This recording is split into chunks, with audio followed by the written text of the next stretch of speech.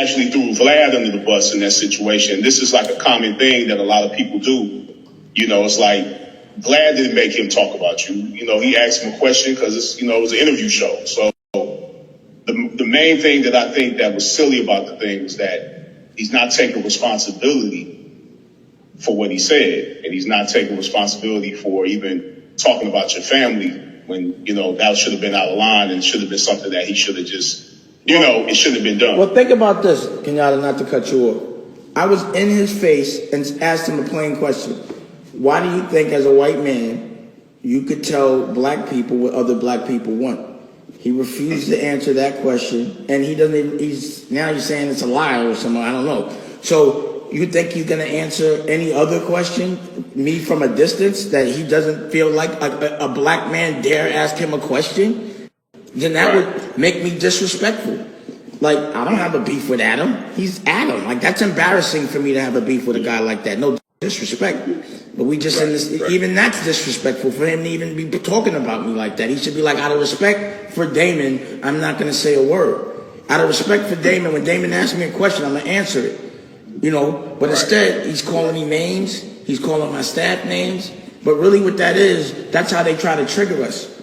But that doesn't trigger me because I know that it's a distraction from the truth. He wants me to jump out of pocket so that he looks like it's justified. That's what they always do. So I'm calmly saying, what he should have did was just said it wasn't him because he shaved his beard off. It looked like it wasn't him anyway. So he might as well say it's not me. Yeah, that wasn't me. I almost feel like he's just preparing to be on, you know, Entertainment Tonight, or he's using hip hop to get to break past pop culture. And sometimes the way to get into that circle is to sell our culture out, and then they'll let you in. So he's just putting in his work so that he could get accepted in that circle of people that put black people on the list and start talking about them so that they can't get any money or try to prevent them or try to make their business look small. You know, even though they're not even nowhere near understanding what that means to start a television network, a streaming service, and own all your own equipment and, you know, all the things that come with that. It's a different, you know, he's not used to boss talk, you know. He's talking soldier talk, and I'm talking general talk.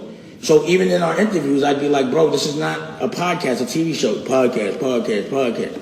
He was just programmed to only be a soldier and to get in where he fits in no matter who it bothers. Like, it's a selfish way to make money when people are dying because you're putting yeast on something and making it a lot bigger than it is, and then 2 people die and you don't even care just because you made money off it. You know, it's easy to do that when you're in someone else's culture. It's easy to fuck another man's house up, but I don't see him fucking his own house up. I don't see him spreading gossip flames around his culture's house. He's just spreading gossip flames around our culture's house, and we're hot as it is. You know, we're under a lot of stress as it is. We're trying to survive as it is.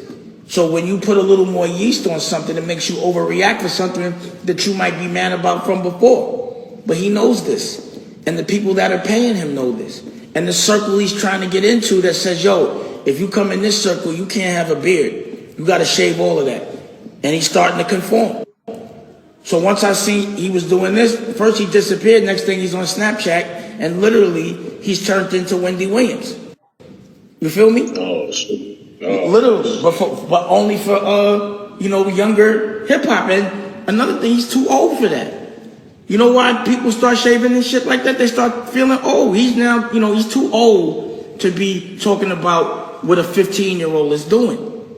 It's not fair, because when you're that old, you know how to push a younger person's buttons. You know where they're headed when you do that. So he should have some consciousness of the fact he's older than everyone he's talking to. And that he should be giving them good advice, not making them gossip and then promoting that. Like, making them dumb. Like, if you look at his show, show me anything positive he's talking about anybody he's talking about. It's all about whatever bad happened. How could you be a reporter that only reports what bad happens in the culture? Like, you got to report good. If you're going to report bad, it's only to learn from it. But if you should be reporting bad and good, not just bad. You can't have content that's just based on the downfalls of people. You know what I mean? Like, what's his agenda doing that? And again, he ain't doing it in his own culture. Why can't he go talk about some actors?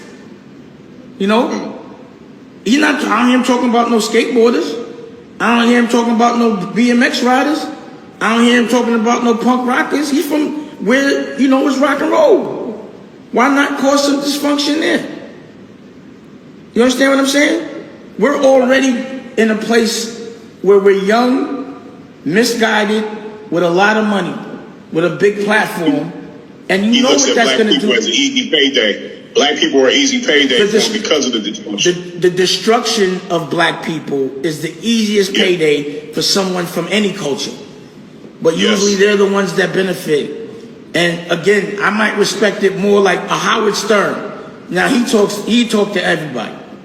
Black, white. I had to go up there with him for Old Dirty Bastard, and he did it to white anybody, he getting at it. But I don't see him getting at anybody from his own culture. He's even scared to talk about people from his own culture. Why? Because no one wants to end up on that list that they slipped up and talked about in public. He said, Vlad said, we have a list. Damon's on that list. Obviously they're sharing a list. He said it. He actually admitted there's a list. And we're going to accept that? Anyway, fuck that list. Anybody who has that list is whiteball. They're only making that list because they're not allowed to work with me. I don't want, like to say, he just said I don't work with, how do you make a movie without working with nobody? He doesn't collab. You know why I don't collab? Because I pay people. But I do collab. We collabing right now. But when I make a movie in a production, they're not yes men. They're employees in that moment. I don't have to do all of that. I'm 48. I'm not hanging out with niggas collabing. But what type of shit is that? Dame is collabing. What is that? And yeah, I am collabing. I'm collabing with like Comcast. That's if I do a collab, I'm gonna do a collab with a congressman or a senator. I'm 48. I don't want to fucking do a collab with, no disrespect, but an 18-year-old rapper. All I could do is give him advice. Right. Collab? What are we going to talk about? All I'm going to do is be teaching them all day. Yeah. Unless I'm just there to exploit them. See, what Vlad and what Adam thought, they never came up against a black man that's unexploitable. So that makes me disrespectful. Not only will you not rob me, you will not disrespect me or my culture. And if you have some slick shit to say, it better be in another room. Because that's the only time I keep hearing this cute shit. He's a very polite guy in my face. And now I'm rude and I'm all these names. And I don't know why. I let him in my house. I was very, very, very polite. You let a man in your house and you treat him well, and they still go and talk about you. Just because their house is bigger than yours. He shaved his beard so you wouldn't recognize him if you saw him. That's what it was. The bottom line is we would never be in the same place anyway. Yeah. Like, we're in a different circle. We're in a different hemisphere. So even if I did run into him, be like, go ahead. Social distance. Keep your 20 feet, bro. And keep it like that. But again, I didn't know we had a problem until I found out about it on Vlad. Because he wasn't man enough to, The question to Vlad is, where's this list and who's on this list? Yeah, that's what we need to demand to see. That list and who has the list. Where's the list, Vlad? That's what I want to know. Let me see that list and who's on it and who else you've told this to. What other black people have you put on this list and who you've given it to? What other black people have you tried to stop from getting money? That's what I want to know. Because that list is don't get money with him. And he needs to explain that list. We need to, see, that's the thing. Sometimes they talk about so much shit, they forget the little things that we pay attention to. All the other shit, I was like, hold on, but what about that list? What's the list? He ain't gonna do nothing but deny it like Adam did. I didn't say that. It's on tape. About a list. It's on tape. List? Bro, it's on tape. The list is on tape. Where's the list? Where is the list? So yeah, man. So